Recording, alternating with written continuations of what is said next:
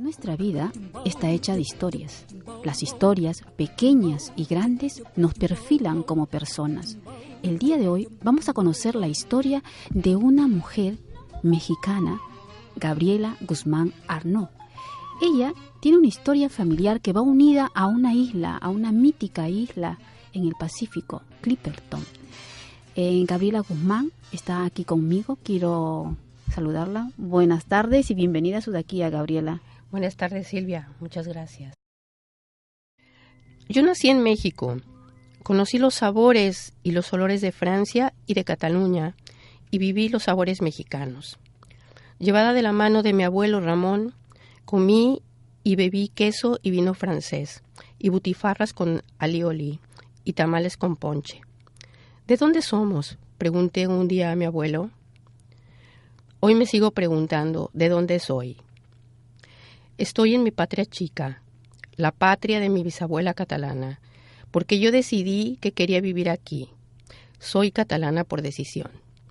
Y soy mexicana porque amo a mi México lindo, el México que defendieron y amaron dos extranjeros, mis bisabuelos, uno francés y una catalana. Mi nacionalidad es de aquí y de allí, pero mis convicciones, mis valores, mis ideales son los de mis bisabuelos y mi abuelo. Por su ejemplo y amor aprendí que quien es fiel a sí mismo y a sus convicciones vive libre. Y aprendí a defender con valentía el valor del deber y de la palabra empeñada. Aprendí que la unidad hace la fuerza y la fuerza de la familia trasciende las crisis.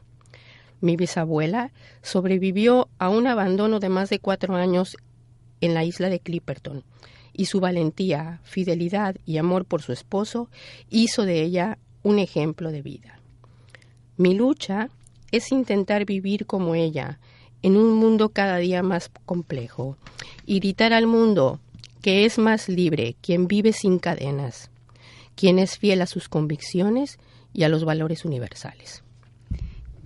Las palabras de Gabriela Guzmán realmente me llegan a lo profundo, porque tú dices, aquí lo que tú narras, lo que estás contando es de lo que tú estás hecha, ¿no? De esas dos sangres que corren en ti. Tú eres mexicana, pero también eres un poquito francesa, eres un poquito, en ti corre sangre catalana, sangre francesa, y realmente somos seres universales, ¿no? Sí. Y en lo final tenemos que luchar por nuestras convicciones, ser fieles a nuestras convicciones. Cuéntanos esa historia familiar, Gaby. Disculpa que te tutee. Sí, está muy bien. Gaby. Está muy bien. Bueno, cuéntanos Clipperton. ¿Qué es Clipperton para el que no lo conozca? Clipperton es una historia conocida en México, porque aquí en Cataluña no sé qué tanto sea conocida, al menos en Mataró no lo sé. Pero cuéntanos qué es Clipperton.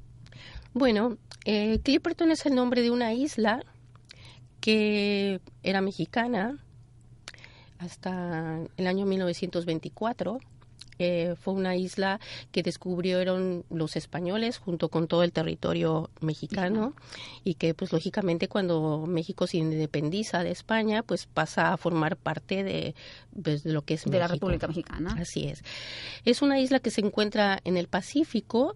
¿Es grande, pequeñita? Es una isla muy pequeña. Es el cráter de un volcán. Y tú dirás, ¿y qué tiene de importancia el cráter de un volcán? ¿Vivir en un cráter?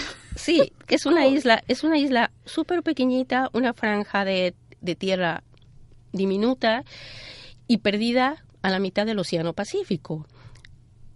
Por lo tanto, tú y todo el mundo se preguntará qué tiene de importancia esa isla y por qué había que defenderla, ¿no? Sin embargo, allá en el 1800 y tantos, antes de empezar el 1900, pues Francia e Inglaterra decidieron que querían esa isla para ellos. ¿Y por qué? Bueno, en aquel entonces tenía un atributo muy importante que era el guano.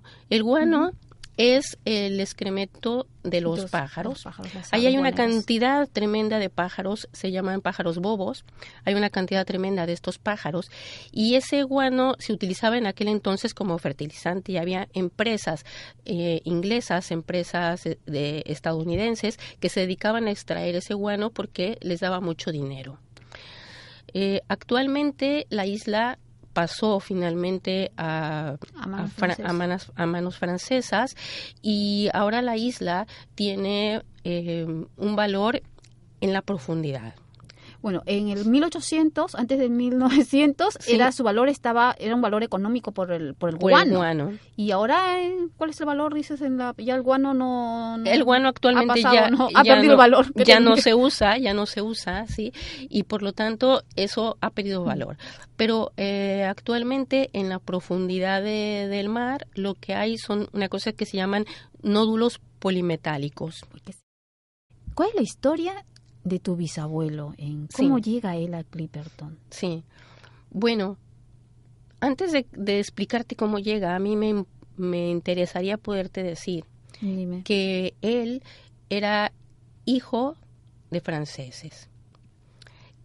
Mi bisabuelo nace en México, en una ciudad encantadora y pequeña que se llama Orizaba, y que es un lugar que los franceses realmente crearon, porque llegó un grupo de franceses grande en aquel entonces, en el 1810 más o menos, entonces, una colonia ¿no? francesa, y crearon aquel lugar recreando Francia. O sea que realmente aquel lugar parece que estás en Francia, ¿sí? Es importante, interesante para la historia saber que este bisabuelo mío era, aunque nacido en México, hijo de franceses. ¿Sí? Él decide que quiere ser militar. Y esa es toda una historia que ahora no voy a contar porque es muy larga, pero decide que quiere ser militar, lógicamente militar mexicano. Y acaba haciéndolo, y ya siendo mayor entre comillas, porque tendría escasos 22, 23 años, cuando resulta que la isla de Clipperton empieza a ser asediada por los ingleses y por los franceses que la querían para sí y la reclamaban para sí. Los ingleses por una cuestión muy curiosa que te voy a decir y que tiene que ver con su nombre, Clipperton. Había un bucanero. Uno de los piratas, ¿no? Un pirata que se escondía en la isla de Clipperton, porque ya te dije que es un lugar muy estratégico para esconderse, se escondía en la isla de Clipperton cuando hacía sus fechorías y asaltaba embarcaciones. Eso hacían los piratas, ¿Sí? Los piratas británicos. Así es. Y entonces, por eso llevaba la isla de Clipperton, porque claro, la gente pasaba por ahí y empezaban a decir, la isla de Clipperton, y se le quedó por eso el nombre de Clipperton. En castellano se llama, y así está en los mapas, la Isla de la Pasión.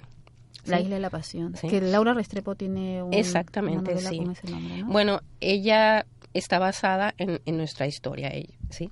Bueno, pues resulta que, bueno, pues sucede esto, y cuando sucede esto, entonces el gobierno mexicano, que era en aquel entonces el presidente Porfirio Díaz, decide que tiene que mandar un destacamento de militares porque no estaba habitada la isla, ya te dije que es algo muy pequeñito, no estaba habitada, pero que tiene que mandar un destacamento de militares a que cuiden y protejan la isla y además hagan pie en ella, porque haya presencia mexicana, ¿no? Del gobierno mexicano en esa isla para reclamarla como mexicana, sí, como lo que era, ¿no? Sí, dentro de las leyes internacionales hay una ley que especifica eso, que si tú quieres un territorio como propio, tiene que haber gente del país que esté ahí habitando, ¿sí?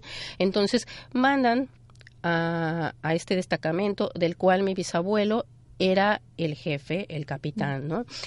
Y no solamente mandan a los militares, sino que como tenían que pasar mucho tiempo realmente ahí, y lo importante era que la empezaran a habitar realmente, los mandan con todo y sus familias, ¿sí? Entonces se van las esposas, se van los hijos, se va... ¿Pero era un gran destacamento o era un pequeño destacamento?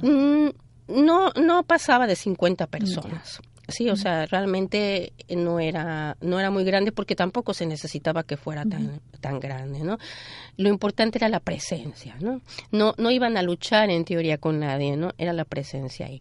Bueno, pues él se va para allá, llevándose primero se va solo y luego regresa a Orizaba a casarse con la que era su novia y que después fue su esposa, mi bisabuela, que era una mujer catalana. Ella nació en Barcelona y sus padres eran catalanes los dos. Sin embargo, también habían ido a México también con el fin de hacer inversiones. Y también vivían en Orizaba, por eso ahí se conocieron ellos dos, ¿sí? Y lógicamente estaba creada como catalana, hablaban catalán, bueno, pues su vida era la vida, venían constantemente a Barcelona, o sea que tenían una relación con Barcelona importante, ¿no? Bueno, pues ella conoce al bisabuelo, a mi bisabuelo, y se casan. Ella era muy jovencita también sobre 22 años. Y va a la isla tu abuela, tan joven ahí. Y se va a la isla. Es importante destacar que era una mujer que era muy instruida, conocía muchos idiomas. En aquel entonces, pues la mujer tocaba el piano y las mujeres... Las mujeres educadas, mujeres que tenían la posibilidad de acceder a una educación, ¿no? Sí. ¿Y qué hace una mujer tan educada en una isla solitaria? Esto es lo extraordinario por un lado, porque dices, bueno, siendo así, ¿cómo accedes? Bueno, pues aquí ya viene la parte romántica, accede porque está enamorada de este chico, ¿no? Y se van ahí. Y entonces ella lo que decide hacer ahí es un colegio para todos los chiquitos. Sí, en Clipperton. Un colegio para todos los chiquitos de los soldados. ¿Sí? Los soldados también habían llevado a sus hijos y ahí no había colegios ni había nada. Entonces alguien tenía que educarles y entonces ella toma ese papel. El decir, bueno, pues voy a dar clases a estos pequeñitos, por lo menos que aprendan a leer, a escribir, pues las primeras sumas y restas, bueno, las cosas más elementales, pero en aquel entonces... Ella toma la iniciativa. Ella toma la iniciativa de hacer eso y el bisabuelo toma la iniciativa también de que aquel destacamento se convierta casi en una familia, ¿sí?